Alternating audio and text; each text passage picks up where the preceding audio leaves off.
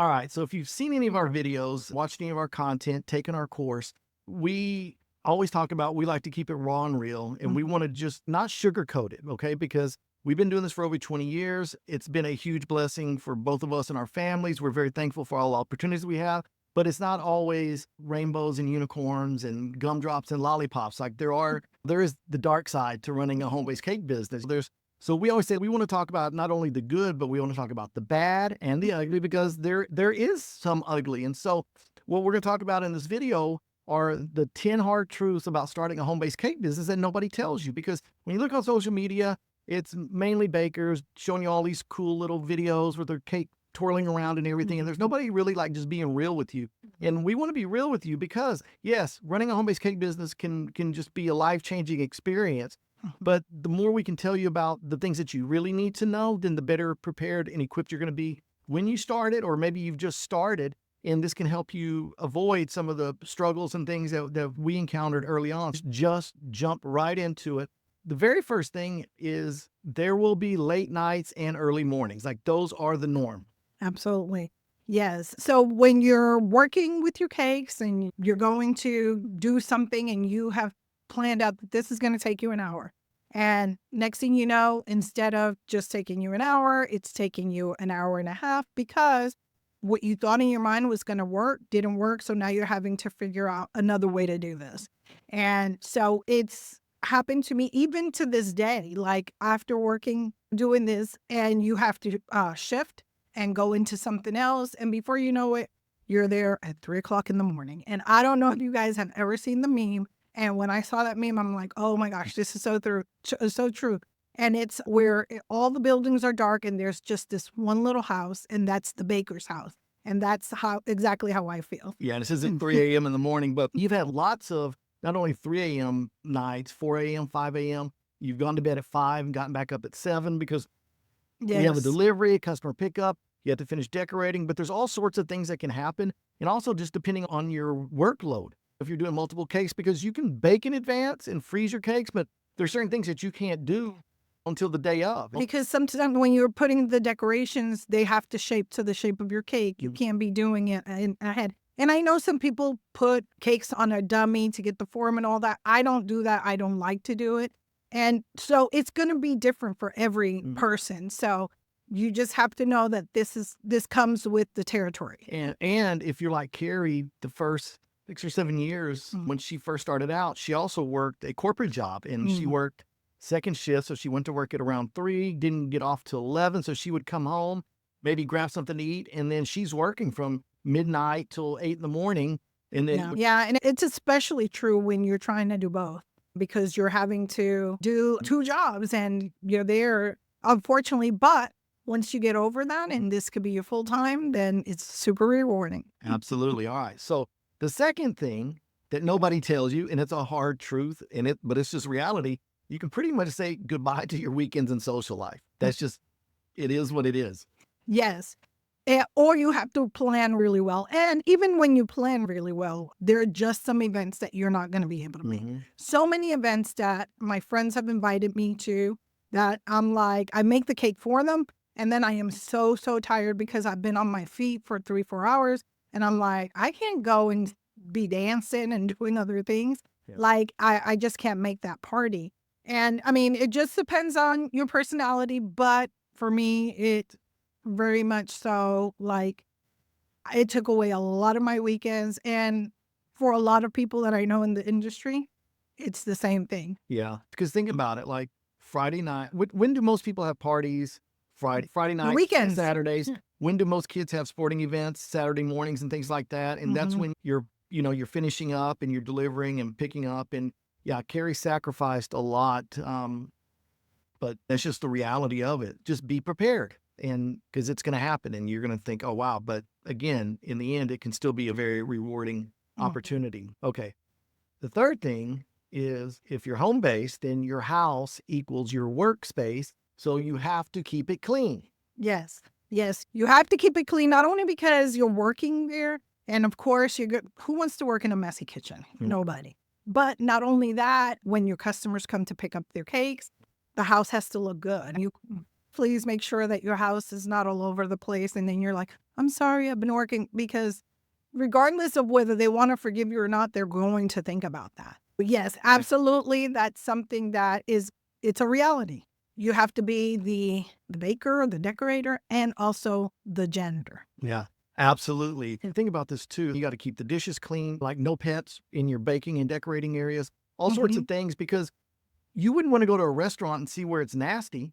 So, like, people don't want to buy cake from a place that is nasty. So, that leads us to number 4. Mhm. All right.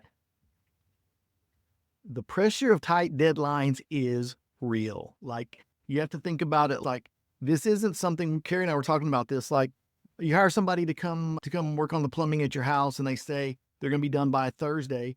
But Thursday comes and they say, "Hey, I ran into something. It's going to take a little longer. I'm going to be finished by Saturday." That's not how cakes work, because like people have their events and their events start at a certain time, and you have to work within that time frame. Yes, absolutely. You have to make sure that, and that's part of the reason why you're up until 3 in the morning, because you can't say, and even if you say, oh, I'm going to be an hour late, that just comes across as so unprofessional. So you just want to make sure that you have this done. Yes, your deadlines are literally hard deadlines. You have Yeah. to, did I say that word right? Yeah, they are. You got it right. You got it right. But Yeah. anyway, yeah, your deadlines are your deadlines, and there's no stretching it. There's no, and of course, I'm not saying you're never going to run like 5, 10 minutes late, but you want to make those like few and far between. You don't, that's not something you want it to be the norm. But there will be pressure, because especially when you start handling multiple orders, you might have 2 cakes that need to be delivered, and they give you the delivery time, like you have to be there, especially for some bigger events, because you can't be walking in the middle of a quinceañera and say, "Excuse me," and go sit Yeah. up. And then you have to also realize with these deadlines, sometimes you need to do a delivery, but then somebody wants to come pick up. Yes. No, you definitely, and early on for me, that was something that was really hard for me. So if you're a new baker, just know to give yourself enough time. I used to always want it, because back then people would say, "Oh, don't freeze your cakes" or whatever. I found out, and I knew, now I know different. But you wanna, I try to decorate and have everything done on a cake the day before. So yeah, definitely if you want to make, so that's a little tip if you're new to this. Yeah, tight deadlines are real. But this leads me to point number 5. Not every customer is a dream client. And you're like, so why does this lead me to point number 5? Because when you're managing these tight deadlines and you have to go deliver a cake at 2 p.m. on a Saturday, and you have somebody that says that they'll be there at 1 p.m. to pick up their cake, and now it's 1:30 and they're still not there. It does happen. Yes. But two, they're going to price haggle and last minute order requests. Absolutely. So you definitely need to know that, to educate your customers and let them know, hey, like I have other commitments after your delivery, so I need you here. And I've never had to do this. So even though, but I have seen it in the community where people will charge a late fee, because if you're going to be late, you're going to push somebody else's cake to be late too. Yeah. But I mean, it will happen where, people, they think, a $500 cake should be $50. They just don't get it. Mhm. And like I tell Carrie, but there's a lot of things that we do, like our quote form, that help us proactively address some of these things. But I tell her, like, it's on us to educate the customer, because a lot of people don't realize that. Yeah, like how much work goes into what we do. So they think, oh, that's easy. You're just going to make a flower. They don't realize Yeah. that you have to have equipment to make this flower, that it's not just that simple, that you have to sit here, shape it. And there's not just a flower, there's 25 flowers. So Yeah. it's definitely an education process that you have to give your customers. And when you do break it down like this, and believe it or not, some of them are like, oh, wow, I didn't realize that. But some of them just still want to haggle. Yeah, and I'll say this, and I'm not saying this in case any of our customers watch this video.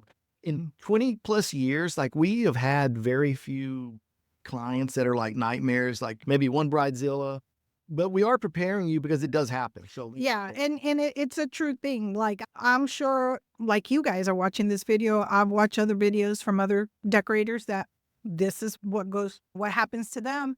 And I know that it's true. Yeah. I know because I've talked to other decorators. So I guess just this kind of falls in line Next, so the sixth thing out of the 10 is that deliveries can be a nightmare. Yes, they really can. And not No, they a can. nightmare in the sense that there's so much stress attached to your deliveries, Yeah. especially when you are delivering like these big, Multi-tier cake. yeah, multi. And I like to stack all of my cakes. I know, maybe you guys are thinking, well, you didn't do that. But it's still because once you get there Yeah. and you have a softer cake and you're trying to handle it, then to me, it's even worse. So, And a lot of times too, when you're talking about these tight deadlines, you don't have time to sit there and stack a 3 or 4 tier cake at the venue and get everything right, and something goes wrong. But deliveries, I would say more than them being a nightmare, they can be very stressful. yes. Especially for her. She gets stressed out every time. It doesn't matter how many deliveries we do. And Yes, I Yeah. get stressed out today as much as I got stressed out 20 years ago. yeah, because you have to navigate all sorts of things. And I'll just tell you really too, we did have this one wedding cake delivery that it was like an hour, almost an hour and a half away, which we don't normally deliver that far out. Mhm. There's a super hot day, a lot of things that were just factoring in. And then literally we were like 2 minutes from the venue and I have to make a 90-degree turn and the brakes went out in our car and I couldn't slow down or anything. I just had to take the turn. And yes, the cake slid and Carrie did the best that she could do Yeah. to try to make it salvageable, but it did happen. Yeah, you're telling that story and I'm over here cringing because I hate even talking Yeah. because there was a wedding, you guys. But thank God it was during COVID and a lot of the cake was still edible, but yeah. That'll be the first time I've heard somebody say thank God for COVID. And then and another one, and this is just not to keep going on with this, but you just have to know we get to the venue and remember the one that was like you had to go up a really steep hill. And so Carrie literally had to get in Yeah. the back of the vehicle and hold the cake while I'm driving up this hill. So it happens. Yes. So just deliveries can be stressful. Yeah, and that's the thing. Like sometimes these customers they won't tell you, hey, you're gonna go. The venue is at a ranch, and so there's a road that's all gravel, and they don't tell you these things. Like that It's one that he was. bumpy. It's like all Yeah, and like the one that he was saying about being in the. She never told us, hey, there's Yeah. this crazy incline, and I was like, oh my. That's why you should ask. And there's a lot of things that we now put in place to help prevent things Mhm. like that. But so number 7, and this can be frustrating, is that your friends and family might not take you seriously. They might just still see you as a hobby baker. They don't see you as a business owner. And that is another one, another meme that comes to mind is what your mom thinks that you do, what your kids think you do, like all of that. And it's so true because everybody looks at you, oh, you're just their friend. So they're like, oh, it's not a big deal, but it is. They So they think you're just having fun, like just throwing flowers yeah, and Play-Doh. like LeBron when he throws up the powder and everything. But you just have to be prepared. And yeah, without even meaning to do it, they're going to discount what you're doing and Mhm. expect a lot of freebies and everything. But just remember that. Now, this number 8 is something that probably people ask us about the most, but pricing your work is one of the hardest things that you're going to do. It doesn't have to be, but it will be. Yeah, pricing has been like like something that I see in the community all the time, especially with new bakers. And that was me when I started Yeah. off. I used to have the hardest time because you have this lack of confidence. You're not Mhm. sure if you're as good as you think you are, or if people are just blowing up your head. Or so Yeah. there's so many unknowns that you're not sure of. And yeah, Yeah. it's definitely a challenge. And I would say most bakers undercharge out of fear. Like you're afraid that if you tell somebody this cake is $150, that they're going to laugh at you. They're not going to buy from you. That Yeah. definitely, I was like, I don't want to lose the business. And Yeah. early on until I really started to think, no, I never charge so much where they're going to be mad at me. But I started to learn how not to charge so low that then I'm upset when I'm making Yeah. this cake. You're So like mad, like you're like, I I'm can't rolling enough believe on and you're it. all mad. And two, if you don't charge correctly and you're not making enough money, you're going to be upset. Yeah, you're going to be You're going to disgruntled. burn out and you're probably going to quit. It won't last. Yeah. Now, number 9, you'll wear all the hats. Like that is now throughout the years, Carrie, we've had people that we've brought on staff that have worked with Carrie and helped her out and things like that. I do some things myself. He does. I'm her errand boy, delivery boy, idea guy, all sorts of things. But the reality is you're probably going to have to wear all the hats. Yeah. And I wear all the hats when it comes to customer facing, if you will. And that's like calling, emailing. If I have to sketch something out, stuff like that is all me.